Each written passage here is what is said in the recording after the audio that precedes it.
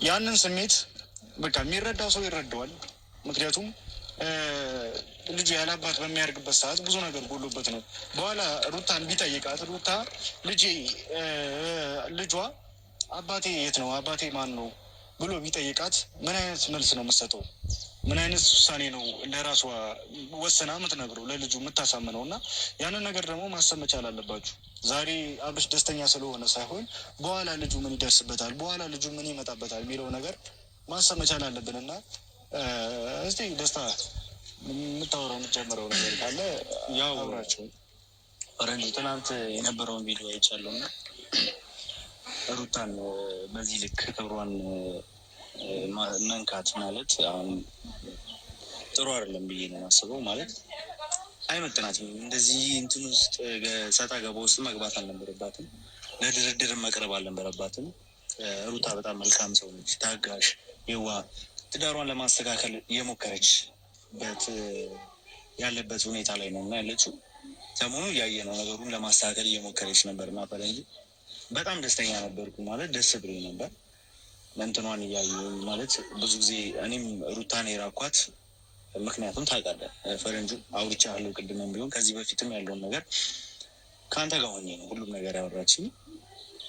ያው ለአብርሽ ያላት ቦታ ማለት ትዳሯ እንዳይፈርስ ምናምን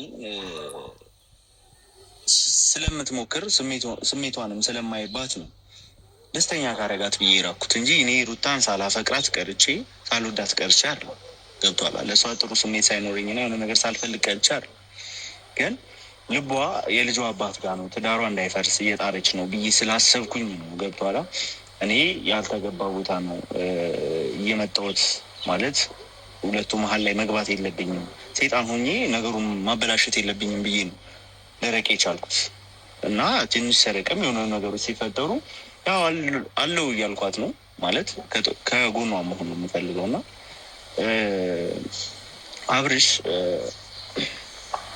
በዚህ ልክ ሰዎች አብርሽ ባይሆንም እንትና አቤላ ምናምን አቤላውን የሁለቱ ትዳር ምናምን የሆነ ነገር እንዲሆን ፈልጎ አይደል ስለ ሄርሜላ ስላሰበ ነው። ትናንትና ለሄርሜላ ስላሰበ ነው ሩታን ጠርቶ ቁርጡን እንዲነግራት ወይ የሆነ ነገር ምናምን እያደረገ ያለውና በዚህ ልክ ሩታ ክብሯ ወርዶ ማየትም አልፈልግም። በዚህ ልክ በማንም ሰዎች አፍ እንዲከፈትባት አልፈቅድም እና ማየውን ስሜት ማለት የልጇ አባት ነው። በልጇ አባት እንደዚህ አይነት መነካካት የሆነ ነገር ማሳየታቸው ጥሩ አይደለም። ማለት ለሰው ልጅ ክብር ሊኖር ይገባል። ገብቷል። ሰው ልጅ በሰውነቱ ብቻ ማክበር ግዴታ ነው። ገብቷል አይደለ? እና ትናንት በጣም ደብሮኛል። ማለት ሩታዬ አይገባትም። አብርሽም ቢሆን የሩታን ስሜት አይቶ የሩታን ትዳር አለመፍረስ ፍላጎትን አይቶ ነገሮችን ማስተካከል አለበት። ገብቷል አይደለ? አሁን ልክ እንደኔ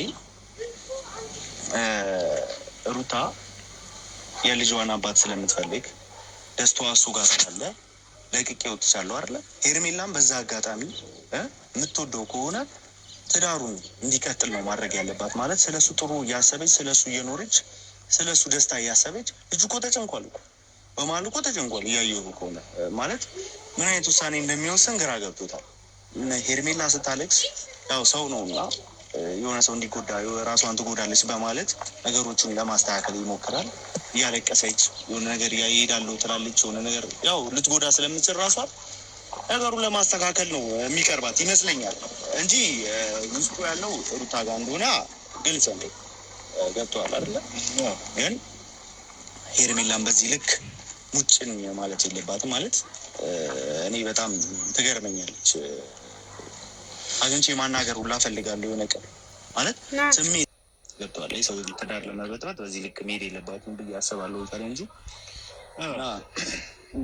እኔ ያው መጀመሪያ የደወለልኝ ምክንያት ይሄ ነበረ። ያው እኔ በደንብ ግልጽ አድርጌ ልንገራችሁ ነገሩን። ደስታ ልነግራችሁ የፈለገው ነገር ሩታን በጣም ነው ወሎኝ እንደሚወዳት እንደሚያፈቅራት ከዛ በፊት ሁላችንም እናውቃለን እና በቃ ሩታ ህይወቷ መኖር አለባት፣ ህይወቷ ከድሮ ህይወቷ ልጇን ማሳደግ አለበት ከባሏ ጋር ብሎ ከህይወታቸው ወጥቷል። እየወደዳት እያፈቀራት ከህይወታቸው ነው እና የወጣው። በዚህ መሀል ደግሞ እሱ እያፈቀራት ሩታን እየወደዳት እያፈቀራት በቃ እንዲሆንላት ትዳሯን እንድትመሰረት ስለሚፈልግ እያፈቀራት ነው የለቀቃት። ሄርሜላ ግን እወደዋለሁ ትላለች፣ አፈቅረዋለሁ ትላለች፣ ግን ደግሞ ከህይወቱ ጋር እንዲሆን አትፈልግም። የእሱን መበጥበጥ ነው ትፈልገው፣ የእሱን ሰላም አትፈልግም። እና ይህ ፍቅር አይደለም። ፍቅር በተግባር እያሳየ ያለው ደስታ ነው። እየወደዳት እያፈቀራት ነው ለሩታ በቃ ከልጅስ ማሳደግ አለብሽ ብሎ በቃ ጥሏት የሄደው ማለት ነው። እየወደዳት እያፈቀራት። ሄርሜላ ግን ወደዋለሁ አብርሽና አፈቅረዋለሁ ትላለች፣ ግን ደግሞ ያንን ነገር በተግባር እያሳየች አይደለም። በተግባር ማናችንም አይተናናቅም። በተግባር ለሚያፈቅሩት ሰው እንደዚህ አይደለም። ሄርሜላም እንትናን አብርሽ የምታፈቅሪው ከሆነ ቢያንስ ሰላም የሚያገኝበትን ቦታ ትለቂዋለች። ደስታ ለምንድን ነው ሩታን የለቀ